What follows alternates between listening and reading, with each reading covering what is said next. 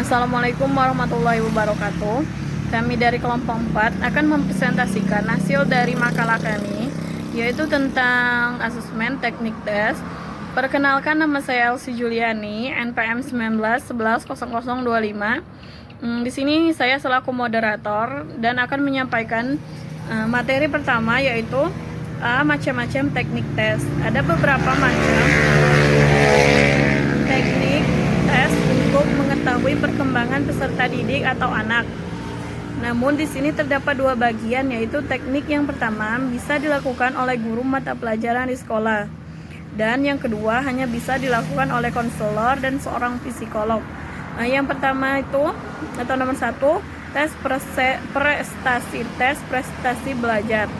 Tes prestasi belajar adalah tes yang digunakan untuk mengukur kemampuan seorang setelah menjalani proses pembelajaran. Tes ini penting sekali dilakukan oleh seorang guru, sekolah, atau lembaga pendidikan untuk mengetahui seberapa jauh siswa sudah mencapai tujuan pembelajaran yang diharapkan.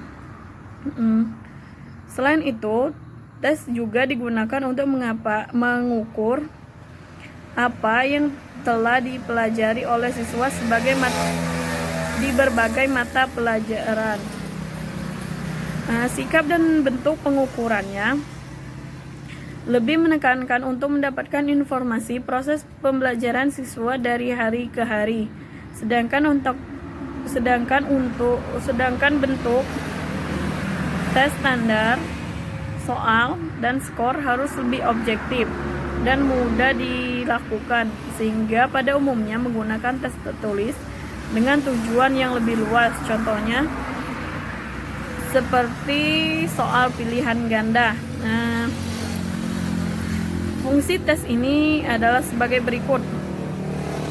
Yang pertama itu fungsi formatif, untuk menentukan jurusan untuk para siswa. Yang kedua, fungsi diagnostik, untuk mendeteksi kesulitan dalam belajar. Yang ketiga atau yang terakhir itu fungsi sumatif, untuk memperoleh informasi mengenai penguasaan materi dan hasil materi dipakai untuk menentukan siswa lulus atau tidaknya. Untuk materi selanjutnya akan disampaikan oleh saudari Mael. Assalamualaikum warahmatullahi wabarakatuh. Di sini saya Mael Fitri, NPM 19110008. Di sini saya akan melanjutkan presentasi saya dari Elsie Juliani. 2. Tes bakat. Tes bakat adalah tes yang mengungkapkan bakat seseorang yang juga merupakan kemampuan inteligensi khusus dengan mengetahui bakat seseorang. Maka proses pendidikan akan diarahkan pada bidang-bidang yang sesuai, sehingga akan lebih mudah mencapai hasilnya. Tes bakat dilakukan dengan tujuan yang berkaitan dengan bidang pendidikan dan industri. Hasil tes ini sangat bermanfaat khususnya pada jurusan baik di SMA maupun SMK, dan untuk memilih fakultas atau jurusan yang diinginkan di perguruan tinggi. Dengan tes bakat, seseorang akan tahu bakat-bakat seseorang dalam berbagai bidang atau dalam hal pelajaran, pekerjaan yang dipilih. Oleh karena itu, apabila tes bakat ini diberikan sebelum seseorang memilih jurusan, maka akan menghemat biaya dan waktu seseorang dalam memilih pilihan sekolah yang tidak tepat. Tes bakat mempunyai beberapa tujuan, antara lain: 1. Untuk membantu merencanakan dan menentukan keputusan mengenai pendidikan dan pekerjaan. 2. Untuk mendiagnosis permasalahan belajar yang dialami seseorang. 3.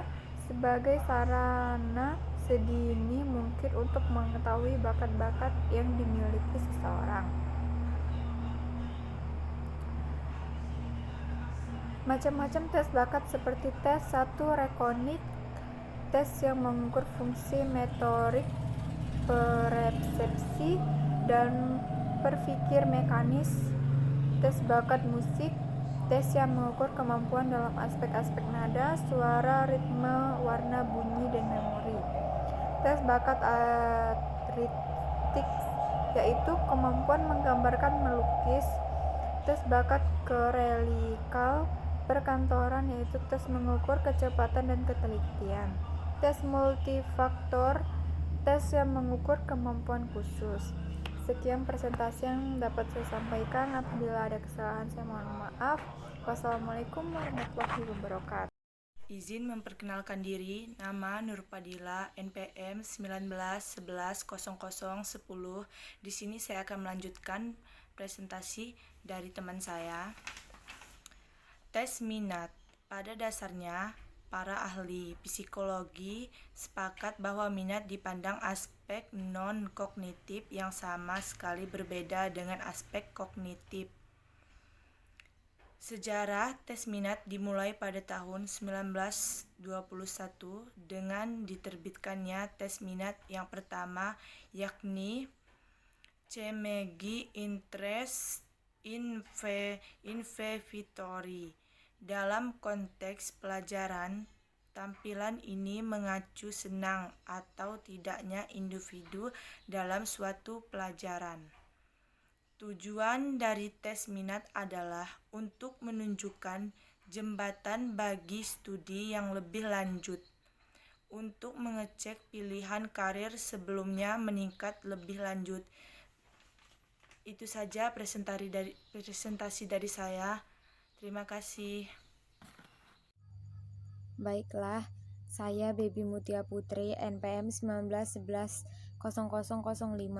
Di sini saya akan menjelaskan sedikit tentang tes kreativitas.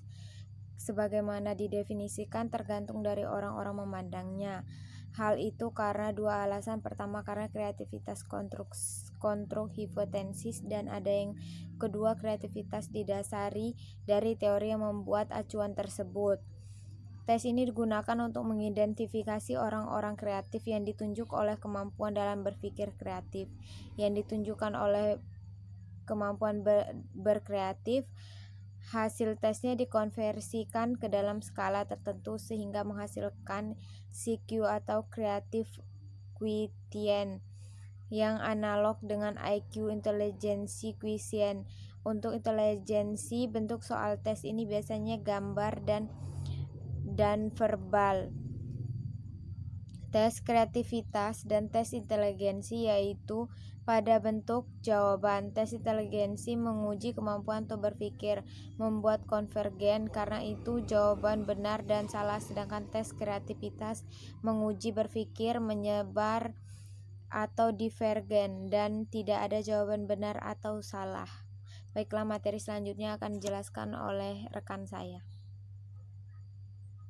Assalamualaikum warahmatullahi wabarakatuh. Izin memperkenalkan diri, nama saya Aldarian Desa Putra, NPM 19110055. Oke, baik, di sini saya akan menjelaskan tes kepribadian. Secara umum, definisi tes kepribadian adalah teknik untuk mengesahkan atau menolak hipotesis dalam pengukuran mental yang menghasilkan skor untuk membandingkan dua orang atau lebih. Tes ini mengukur beberapa faktor psikologis tertentu, biasanya mengukur kemampuan fisik seseorang. Di sini juga ada tes-tes kepribadian. Yang pertama itu adalah tes laporan diri, self-report. Tes-tes kepribadian yang paling umum biasanya ditentukan oleh laporan diri para peserta tes. Peserta tes harus memberikan jawaban terhadap beberapa item-item pertanyaan yang sesuai kriteria tertentu. Keunggulan tes ini adalah terstandarisasi, mudah diberikan, reliable, menangkap gambar diri dengan baik. Dan materi kedua adalah tes MBTI. Dari saya, kalau ada kesalahan saya mohon maaf. Bila kalau ada yang kurang jelas bisa ditanyakan. Sekian dari saya, terima kasih. Assalamualaikum warahmatullahi wabarakatuh. Saya Nurfadila Aprianti, NPM 1911, akan melanjutkan presentasi dari Adrian tentang macam-macam tipe-tipe tes kepribadian. Kedua, tes MBTI atau Myers-Briggs Type Indicator. MBTI dikembangkan oleh Catherine Clark Briggs dan putrinya bernama Isabel Briggs Meyer berdasarkan teori kepribadian Gustav Jung. MBTI bersandar pada 4 dimensi utama yang saling berlawanan. Walaupun berlawanan, kita memiliki keduanya atau semuanya. Hanya saja kita cenderung lebih nyaman pada salah satunya. Berikut 4 skala kecenderungan MBTI. Extrovert versus introvert, sensing versus intuition, thinking versus feeling, judging versus perceiving. Manfaat dari MBTI: membantu memilih jurusan, pengembangan diri. Ketiga, memahami orang dengan lebih baik. Tes Wirtek adalah tes kepribadian yang bertujuan untuk memperoleh struktur kepribadian seseorang yang dinyatakan dalam berbagai fungsi. Dasar kepribadian tes yang diberikan berupa gambar yang berseri. Skor tersebut menggambarkan profil kepribadian meliputi emosi terbuka, 2. Emosi tertutup, 3. Imajinasi kreatif, 4. Intelijensi praktis. Keuntungan dan kelemahan tes Wirtek. 1. Bahan tes tak mahal. 2. Tes ini cepat dilakukan. 3. Dapat dilakukan tes kelompok dan klasik. Yang ketiga, EPPS. Edward Personal Preference Schedule. Edward Personal Preference Schedule yang dikenal dengan EPPS ditunjukkan untuk mengungkapkan kecenderungan atau kebutuhan khusus yang dimiliki seseorang. Tes ini dilakukan pada orang dewasa, minimal lulusan SLTA atau SMA. Tes ini memberikan waktu 40-60 menit. Itemnya berjumlah 225 atau soalnya. Kegunaan tes EPS: 1. Seleksi dan penetapan. 2. Bimbingan dan konseling. 3. Psikoterapi. 4. Riset sumber daya manusia.